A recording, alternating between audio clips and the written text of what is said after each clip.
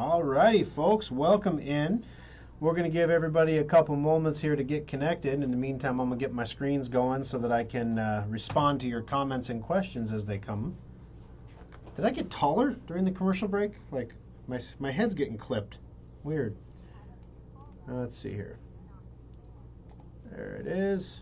Got you there. All right, maybe I'm sitting closer to the camera. I don't know. Maybe I need to sit further back. I don't know. Anyway, I'm not too worried about it.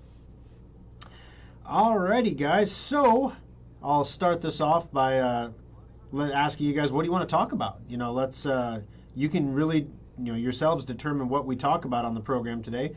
You let me know if there's anything in particular you want to discuss. I got a couple topics I'll throw out there, but along the way. But I know, nothing is super interesting to everybody. So that's why we have the aftershock. This is some stuff that probably doesn't fit really well into the actual program. But with that said, there's a ton of different things that we can cover and we can talk about. So if there's something in particular that's eating at you or something you'd like to know more about, don't hesitate to let me know.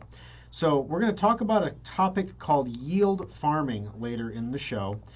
So I want to throw a comment out here. Can I comment from here? No, I got to open another tab. That figures. Let me get this open real quick. I can't comment from the broadcast suite. I have to actually comment from the page, which doesn't make a whole heck of a lot of sense. But I want to give you a link. I'm going to talk about if there's something in particular that's eating at you or something you'd like to know. But I want to give you a link. But that's I'm going to talk about if there's something in particular that's eating at you or something so I do get a spiff. But I want to give you a link. I'm going to talk about if there's something in particular that's eating at you or something so I do get a spiff. I'm not being paid, but I want to recommend this. I'm going to talk about if there's something in particular that's eating at you. Testing some things out on my own, and I know that some of you are interested in cryptocurrencies. I'm not being paid, but I want to recommend this. You're talking about if there's something in particular. So anyway, I'm testing some things out on my own, and I know that some of you are interested in cryptocurrencies. I'm not being paid, but I want to recommend this. You're talking about if there's something in particular. So anyway, I'm testing some things out on my own, and I know that some of you are interested in cryptocurrencies. I'm not being paid, but I want to recommend this. You're talking about if there's something in particular. Multiples of my voice. So anyway, I'm testing some things out on my own, and I know that some of you are interested. Open that stupid tab. There we go. Sorry about that. Lesson learned there, don't open a tab. All right, that should fix it. Thank you, lovely Kimberly. Appreciate it. All right, so hopefully everybody can hear just one of me now and not multiples of me. But Bitcoin has been on a huge rally. In fact, you might recall a few weeks ago, and I'm not tooting my own horn here, but you might recall a few weeks ago I said, hey, this is a bottom. I believe this is a bottom around 29,000 I would buy. If you did buy at 29,000, you're 19,000 up right now. If you bought one Bitcoin 3.5 weeks ago, you just made $20,000 basically. And that's the crazy volatility of cryptocurrency. Now, I can't afford to just go buy a Bitcoin. So there's probably a lot of you that can't do that either, right? We don't all have, $27,000, $29,000 floating around that we can just find in the couch cushions and go buy a Bitcoin and speculate on it. Bitcoin, as of this morning, earlier in the week, for the week, Bitcoin hit a high of $49,800 yesterday. Right now it's at $48,800, which, again, with the volatility here, I'm not super concerned about it.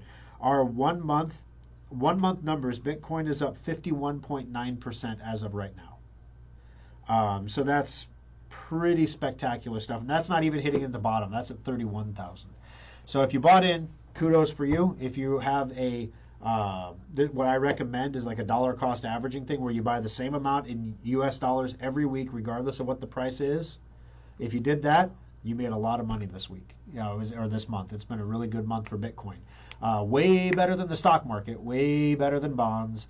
So anyway, again, I don't recommend that anybody puts their entire life savings into crypto because crypto is super duper volatile. It can go way, way, way up or way, way, way down. But one of the things I've been experimenting with, as I've mentioned in the past, cryptocurrency trading is not something that Thor should ever do. I'm not a good stock trader, or I'm just not patient enough for it.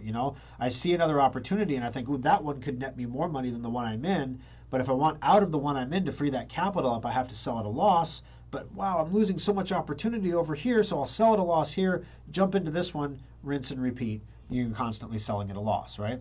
So I don't trade anymore. I just buy and I hold, which is frustrating because, yay, 51% this month. Woohoo!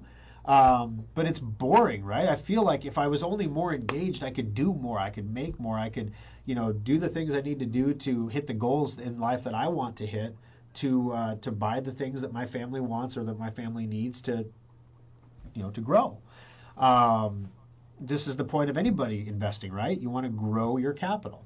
So there's a type of investing called liquidity farming. Liquidity farming is where you provide liquidity to an exchange. So for example, whenever you buy and sell, there's an order book, right? There's a buy and a sell price. And those prices where they meet, that's where demand is, right? So if I'm not willing to sell below this price and you're not willing to buy any more than this price, there's a gap in the middle where no transactions are happening. And that's really bad for an exchange because with no transactions happening, no buys and sells are happening, they're not making money, nobody's trading, and eventually people leave the exchange, right? So liquidity farming allows the buy and sell order books to complete orders that are further apart by nudging them closer together. So the exchange can actually use the liquidity that you're loaning in order to complete orders that otherwise might take a long time to get completed. So they're speccing on it. They're going to buy and sell with using your money basically, but it's all computer generated. It's all computer controlled. There's no emotion. There's nothing you can do. But the APRs, the returns on this stuff, are insane. How much money you can make with this. You get a little peek behind the curtain at what these exchanges are making by processing all of your trades. So I decided to screw around with a coin called ICP. ICP is an internet protocol coin. In other words, it can be used to reserve domains and host stuff, and it's a utility token built on the Ethereum blockchain. So ICP, it's trading around $26 or something like $60 a coin, something like that. So I took a chunk of money. I put $1,000, and what you do with liquidity farming is you buy $500 worth of ICP and $500 worth of a stable coin like Tether. And then you lock that in with the exchange. And when I say lock it in, you can unlock it anytime you want. So you're committing that capital. You're putting that capital up for risk. So at the very beginning, I'm 1 week in now, and I told you guys before I talked about it, I wanted to do it for a little bit and see kind of what happens here. 1 week in, I started with $1,057.98 in value. At the end of my week, I had $1,073.34 in value. Okay, so what? That's let's just call it 1058. That's $15. I made $15 in a week. Okay, not exactly mind-blowing numbers, right? I'm not like, boom, wow, 50%. I made $15 in a week. But if you can, let's just, for the sake of assumption, which of course you should never assume, but let's assume that $15 was what you'd make every week on a $1,000 balance. You aggregate that, that's a 26% APR. I'm the credit card company now, loaning my money to the order book here and getting paid a 26% return on my investment. What if I had more than $1,000 that I wanted to stick in here and play with? What if I had $100,000? What if I had $1 million? 26% APR suddenly isn't $15 anymore. So yeah, and the one that I'm screwing with, ICP, that one has a 7-day historical. Let me see, what's the word they call it? A yield fee over the last 7 days of around 24%. So it's definitely not. The other one I'm looking at is TSHP. I have no idea what that coin is, and before I buy any of it, I need to learn about it. But I'm looking at that one because its annualized rate of return right now, its APR, is 947%. Should I have some of that? It's really cheap too. It's like penny stock cheap. So maybe I should provide some money to the order book here for the people who like to trade the really cheap cryptos, because they trade 1 million of them. It's kind of like playing penny slots. You can win 1 million pennies. Woohoo! It's 1 million pennies, but you're only risking pennies. So for a lot of people who are new to crypto, they like to play around with these cheaper coins, these junk coins basically, because it allows them to gain the experience they need trading. If I provide liquidity here, I could earn a 900% annualized return. So yield farming really has the potential of doing well. Now there is some risk, obviously. You're risking capital. So yes, you can get some crazy gains, but there is something called impairment loss. So as I mentioned before, what you're doing is you're basically making the buy number and the sell number closer to even with your liquidity, right? So that there's always action happening on the exchange so that people can buy and sell and have a marketplace. In some cases, cryptocurrency moves very quickly, right? You can have Bitcoin. So for example, Bitcoin's next resistance level after $50,000 is 51,500. If it blows past 51,500, next stop is close to $60,000 again, close to all-time highs again. It's only been, what, a few months since the last all-time high? If that would happen, and I believe it will happen at some point this year, there's going to be a rapid divergence of the value of coins compared to stable coins. When that happens, the gap in the order book gets really thick. And your capital is plugging that gap, along with everybody else's capital who's yield farming. It's possible for you to get stuck on the wrong side of that trade, where you lose capital because you bought or sold coins way down here and it's not coming back down there anytime soon. Or conversely, you bought and sold coins way up here and then the price went way down here. Because as I mentioned, you have to buy 50-50, right? So I bought $500 worth of Tether stablecoin, and $500 worth of this ICP coin. So ideally, I should have pretty much an equal balance at all times, right? But it's not like that. Sometimes I'm $100 down, but I have a couple extra ICPs. Sometimes I have fewer ICPs, but I've got a few $100 more. So my balance is always moving around. Well, if one of those shoots way out of whack, you lose your capital. And so that's called impairment loss, and that's a real thing, and it can happen. Right now, the impairment loss on this TSHP that's got the current, let me see, the 7-day rate of return is 947%. The current rate is a mere 626%. The impairment loss is 0.1%. Doesn't mean it'll always be 0.1%, but it's 0.1%. Not a huge concern. So you're always going to have some impairment loss when you're yield farming. The idea, though, is if you're getting 626% return, your 0.1% impairment loss you don't really care about. It's a cost of doing business. It's a fee. You don't really care. So anyway, that's your crypto update. Ethereum, because I know there's a lot of you who love Ethereum out there. Ethereum has been chugging along. It was back up to 3,300. 3,300. Yeah, 3,300. It's still hovering around 3,200 as of airtime here. Ethereum is at $3,230, down 1.58% from the last 24 hours.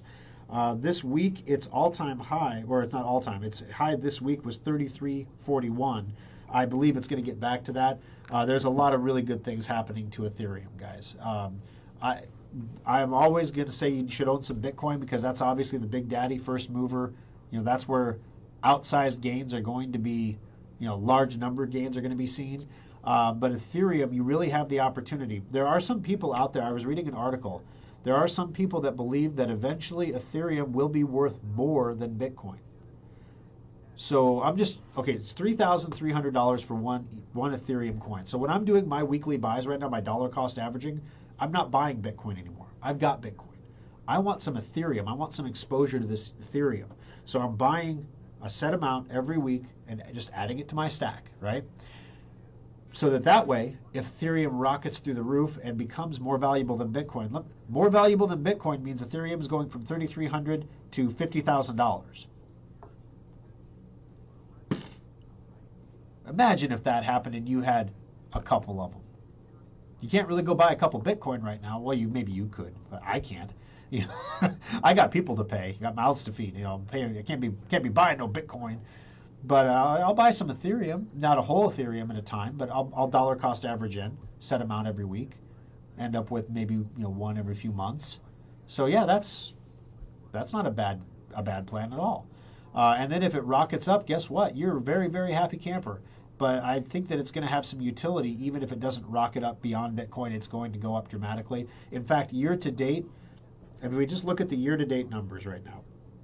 So let me pull those up on Coinbase. So your 1 year rate of return on Ethereum, if you bought Ethereum 1 year ago today at $310, you've made 716% return. Your Bitcoin 1 year return is only 318%. So you made a lot more money on Ethereum this year than you did on Bitcoin if you were just buying and holding like I do. All right, let me get back to comments here so now I can start asking or looking at what people actually want to talk about rather than blabbling on about stuff you may not even want to hear about. All right. Good morning, Aaron. Thank you for the audio check, Winston. Mitch, good to have you. All right. I want to know why Macs have so many extra copies of my photographs and how to get rid of all the extra copies without losing my pictures. Great question. Apple keeps thumbnails of everything. So you're looking at the thumbnails.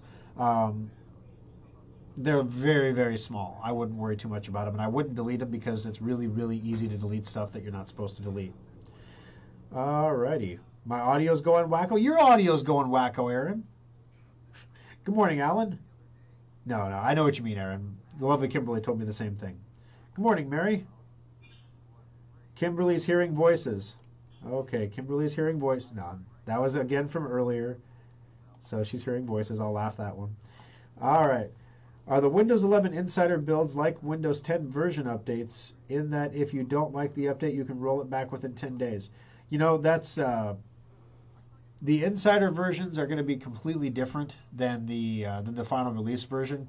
But my belief is that, yes, you're going to be able to roll these back because Microsoft doesn't want to be stuck in a position where they've forced you to upgrade and then it doesn't work and you have no alternative but to buy a new computer. They're going to let you roll back. Good to have you, Richard.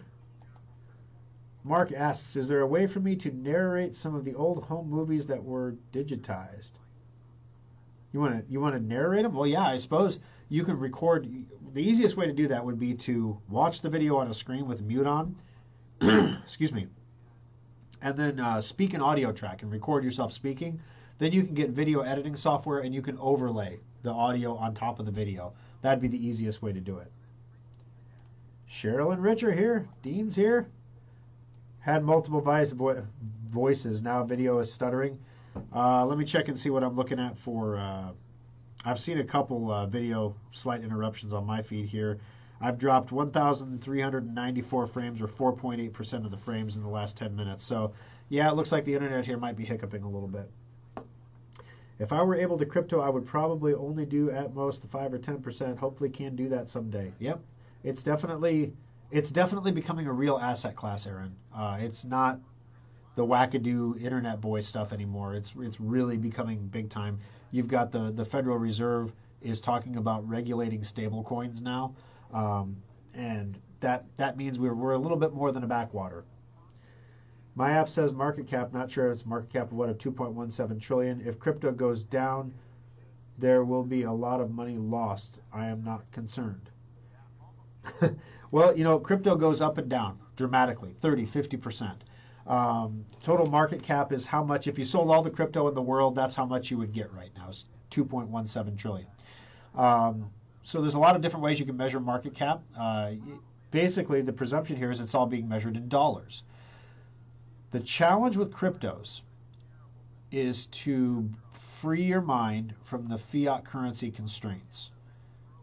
So your crypto is not worth however many dollars you can exchange it for. Your crypto is worth what you can buy with your crypto. Right now, that's still measured in dollars. But envision a day when maybe it's not. And that's one of the things that I'm kind of hedging my bet against here, is that given the complete donkey show that is the United States right now, fiscally, monetarily, militarily, I mean, this Afghanistan stuff. I was talking to Roger. You know, Saigon was a little before my time, and he thought Saigon was not like this. This is not Saigon. Saigon was organized, and this is a mess. You know, is it such a stretch to presume that somebody's going to screw up the dollar someday? Maybe, potentially. Wouldn't it be good to have a hedge against that? What happens if the U.S. goes to? What happens if China invades Taiwan? If China invades Taiwan, we don't get any microchips anymore. Any. You think the chip shortage is bad now? Most of your microprocessors are actually made in Taiwan. So, yeah, China can literally cripple the world and send everybody back to a World War II era warfighting style. And who does that benefit? Well, the country that can produce the most stuff, right? Who would that be? So yeah, it's really concerning stuff. So having some kind of an asset that is not dependent on a country, that is not dependent on a Federal Reserve, that is not dependent on an honest Treasury Department, that is free from political implications, that can cross borders, that can defy sanctions, that can be transacted when not physically present, has all of the benefits of electronic payments, none of the risk of carrying cash. It's a pretty attractive thing as far as hedges go. If you're stacking gold and silver in your basement, you should definitely have some crypto. Don't get rid of the gold and silver, don't get me wrong, but you should definitely have some crypto too, because it's kind of the 21st century version of that, of that freedom money, basically. Okay, I won't worry about having 12 copies or more of all my pictures, thanks. Okay, so Aaron, there is not an easy way to do this. So if I tell you, go look at the pictures, check the locations and the sizes. So you may see 12 different copies of your pictures because you have multiple libraries set up. So the way that this works is there's only one picture, but it's referenced in 12 places. So it's kind of like in the phone book where you go look up lawyer and it says see attorney. Well, you have two places in the phone book that talk about lawyers, but there's only one listing for the lawyer. So you have one picture on the hard drive, but it's referenced in several places. And by referencing it, I mean they show you an icon of it as if it's in a folder somewhere. But that folder is part of a library. There's another folder that's part of the library. And it's all links, and links going back and forth. So unfortunately, yes, to unwind it, you have to look at each picture and see where it is actually saved. And if you have two copies of the picture that are actually saved in different locations, the way I would recommend handling this is hooking up an external hard drive to your computer. Do not make it part of any library. And then move that picture onto the external hard drive. Label it however you want to label it. Put it in a folder or organize it, however you're going to do it. And then once you have everything moved off of the computer onto the external hard drive, if you have duplicates on the computer, feel free to remove them. Then you can move that back, because the safest place for your data is on the computer, not an external hard drive. You can move it all back over into the computer and have just one copy. But if you screw that process up along the way, you're going to lose photos. And that's why I don't really want to go into tons of detail about it on the radio, because somebody's going to hear half of that and then try to do it and then accidentally delete everything. Or they're going to skip the step of moving it and just start deleting stuff. You know what I mean? Wait till someone files a Stinger missile at a full-loaded plane taking off. Oh, I think that's already happened, Ronald. Didn't that happen in Iran? You know, I hear what you're saying, though. Yeah, all those weapons that were left over in Afghanistan. I saw there's a group, the Iowa Gun Owners Facebook page. They had like a guy like, and he's like trying to think of where the Taliban might keep all those sweet weapons, you know, because you need F-15s and nuclear missiles to fight the United States, right? You know, it's like, well, we left some F-15s and nuclear missiles or something. You know, it's like, oh my goodness. So the only thing I can think of is maybe some of that equipment is depreciated or requires obviously support to function, spare parts. You know, maybe the guns aren't full of ammo. You know, maybe. You know, you hope that people thought of these things and they got out what they could, but it sure seems disorganized. And everything that we're hearing about this Afghanistan thing, it's all political spin. You know, if you screw up, okay, you know, you're not going to unscrew it up with words. The best thing you could do is say, I screwed up, or we screwed up, or this is a bad situation that could have been handled better. But to go on TV and say that no mistakes were made, you got Americans getting beat in the street of Kabul trying to get to the airport. I think mistakes have been made. So yeah, I don't know. I'm not going to go on a political tangent about it because nothing I say is going to change anything, and it'll just get me all riled up. And we're here to talk about tech stuff anyway, but damn. Like I said, the world is upside down, inside out, and backwards. And crypto could be a great safe haven, or it could be a tulip bulb. Who the heck knows? I know when it hits a certain point. I've got my number in my head. When it hits a certain point, I'm going to sell a lot and walk away. with whatever denominated currency. Maybe I reinvested in property or something, but I'm going to sell at some point at a certain number that I have in my head, but not before that. And not all of it at that number, because I think that I believe that by 2025 we could be at $1 million of Bitcoin. That is a distinct possibility. And it's not a certainty, but it's a possibility. We could also be at $3,000 a coin. It's a possibility. But it's much, much, much more likely that we will be closer to $1 million a coin. So you'll feel really stupid if you sell now at 50,000 or 60,000, because that's a sweet deal, right? But if you wait and wait and wait and wait and never have a number in your head at which you're going to sell, then you never capture any of your profits, right? Yeah, you got to pay tax on profits, but you don't have profits to pay taxes on. Having the profits to pay taxes on is better than having the losses to take the tax losses on. You know what I mean? All right. What is this phone book? The phone book that the phone book. I'm like, what phone book? Yes, Mark, I know, 20th centuryisms. Get your pencils out, children. All right, he's explaining how to get rid of all my extra pictures on my computer. I think he was giving me a hard time about a phone book, Aaron. That's what that was. All right, so really quick again, for those of you who are interested in yield farming, I don't even know what I get for you clicking this link. It could just be a pat on the back. Honestly, I have no clue. But this is the affiliate link I have for gate.io. If you sign up with that link, I get some kind of a spiff. I don't know what it is. But basically, if you want to investigate yield farming, that's the place to do it. It is a full-blown crypto exchange. It is a foreign exchange, I believe. Let me double check where it's located. Let's see where that's at.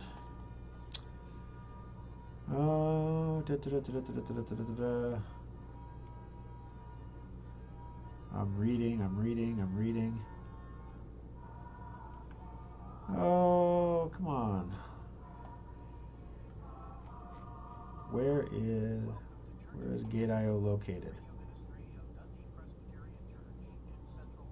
Gate.io, Bitcoin Wiki. Sorry, this is taking so long. This is incredibly enthralling radio right here. Alrighty. Gate.io is a crypto exchange that was founded in the fall of 2017. The platform is part of Gate Technology Inc. Corporation and is registered to an address in Virginia, USA. The platform does not have an official license. Its interface is available working in 3 versions: English, Chinese, and Japanese. So yeah, Gate.io is among the 20 largest exchanges. The number of coins is more than 100, blah, blah, blah, blah, blah, blah, blah, blah, blah. Okay, so they have an address in Virginia. They do have know your customer laws. So if you're going to pull your money out of Gate, you have to follow their customer identity verification process. So that's important to know before you put money in, know how you're going to get it out. And then, of course, it's an exchange. It's not FDIC insured. If they go belly up or they get hacked, all of your money could be gone. They may or may not be insured against that. We don't know. So like I said, there's a lot of risk involved here to get a 624% return on investment, which is why I don't put I trust BlockFi with a lot of my crypto, because I can earn a nice interest rate on a decent balance that is reasonable. I'm earning a 7% interest rate on my money. Show me one other place besides the stock market that you can go and get a 7% interest rate on just a deposit. Just leave it there and not touch it. You just can't get that anymore. Show me a place you can go get a 627% interest rate. I don't think this is going to last forever, guys. I don't think you're going to be able to yield farm at these kind of rates forever. The other thing is liquidity begets liquidity in these markets. So right now, this one is the hot one. This was not hot when I started. ICP was hot when I started. So you literally have to move your capital around to the hottest one to get the best rate of return. So it's very much, there's a couple ways you can look at it. You can put a little bit of money in each of these ones and then just play the average and get a decent average return as the liquidity moves between the coins, chasing the highest return. Or you can chase the highest return and see what's going to be 600% tomorrow, and then you do your sells, you move your money, and then you go into that one. It makes life more complicated, obviously. And for my purposes, I'm still doing a study here, and I'll keep you guys up to date. Every morning I check it, and I keep a log on my computer of exactly what my account value is, how much of that is USDT or Tether, and how much of that is ICP. And yeah, if this continues to do well, I'll let you know. If it doesn't, I'll let you know. And if you guys try it out and you do well, you let me know too. Do you transfer crypto to BlockFi or buy it there? Well, I transferred my crypto to BlockFi because I had it in privately held wallets. Because you should never trust anyone if you have the option not to hold your crypto. So I transferred it to BlockFi, where it sits now, and I don't trade it anymore. The thing you have to be careful about with crypto is the tax laws are still pretty squirrely. Sometimes just transferring your crypto from one wallet to another is interpreted by the government as a buy or a sell. So for example, if you bought a Bitcoin for $3,000 and sent it to your private wallet, then Bitcoin goes to $50,000 and you send it to your BlockFi wallet, did you just make $47,000? Well, no. You have the same amount of Bitcoin you had before. You didn't make $47,000, but you did make a transaction. So yeah, maybe you did. I don't know. So it's still a little squirrely. So I try to minimize the number of transactions that I do. I do my buys on Coinbase, and I'm at a point on BlockFi now where if you look at blockfi.com/rates, you'll see that there are different rate tiers. So they say from 0 Bitcoin up to this much Bitcoin, we pay this APR. Anything over that, we pay this ridiculously smaller APR. From 0 to this many Ethereum, we pay a great APR. Anything below that or above that, if you transfer 1 million Ethereum to us, we're going to give you this pittance of an APR. Stablecoin, same thing. Up to $50,000 earns like a 7% interest rate. But if you put more than $50,000 in, it drops to 3%. Still not bad, but 3%. Why would you? I'm not sure I'm willing to take the risk of someone else holding my crypto for only a 3% return. So my BlockFi is pretty much maxed out on the coins that I have as far as what the tiers are. Not the stablecoin. I don't have 50 grand in stablecoin in there. But I don't keep a lot of my money in stablecoin because stablecoin is stable, right? The whole point of owning cryptos is if you believe they're going to go up, you want to be in the crypto. You don't want to be stuck in the stablecoin. So, I've got cash reserved that my family keeps on hand. We might use it for a vacation someday when the world gets back to normal.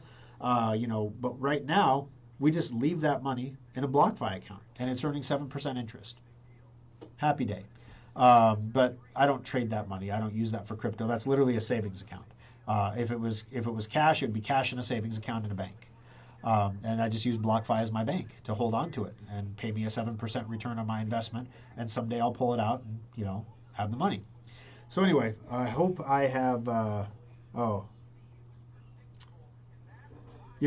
father-in-law, somebody may have responded to this already. I don't know. Let me see here. Yes, there it is.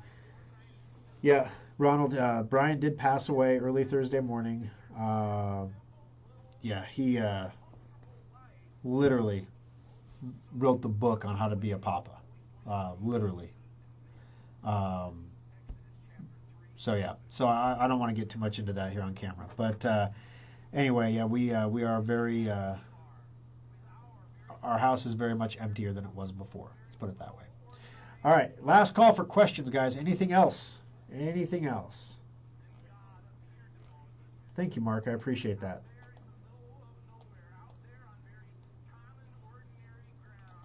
All right. Going to wrap it up, guys. Got a couple things to take care of this afternoon, but I appreciate you all tuning in and listening. If you please would remember to like and share our page and the program. It means the world to us to have your friends and family discover it and maybe sit down and learn something new that they didn't know before. Also, please be sure if you haven't done so that you have entered the contest to win the free laptop at SchrockInnovations.com.